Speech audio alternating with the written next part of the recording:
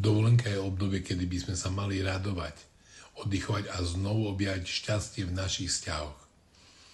Napriek tomu veľa ľudí práve v tomto čase prežíva stres, hádky, nešťastie a vyčerpanie. Prečo je to tak?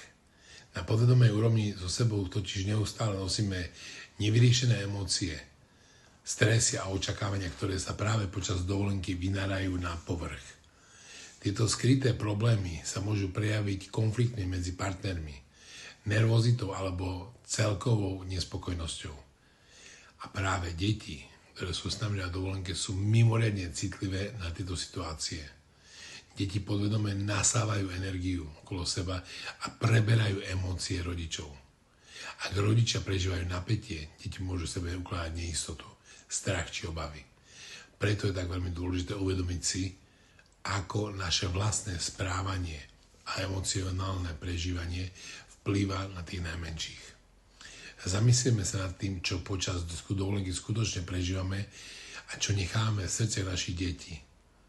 Naučme sa pracovať s našimi emóciami, aby sme im mohli odovzdať tým našim malým ratolestiam pokoj, radosť a pocit bezpečia, keď raz budú vytvárať oni vzťahy.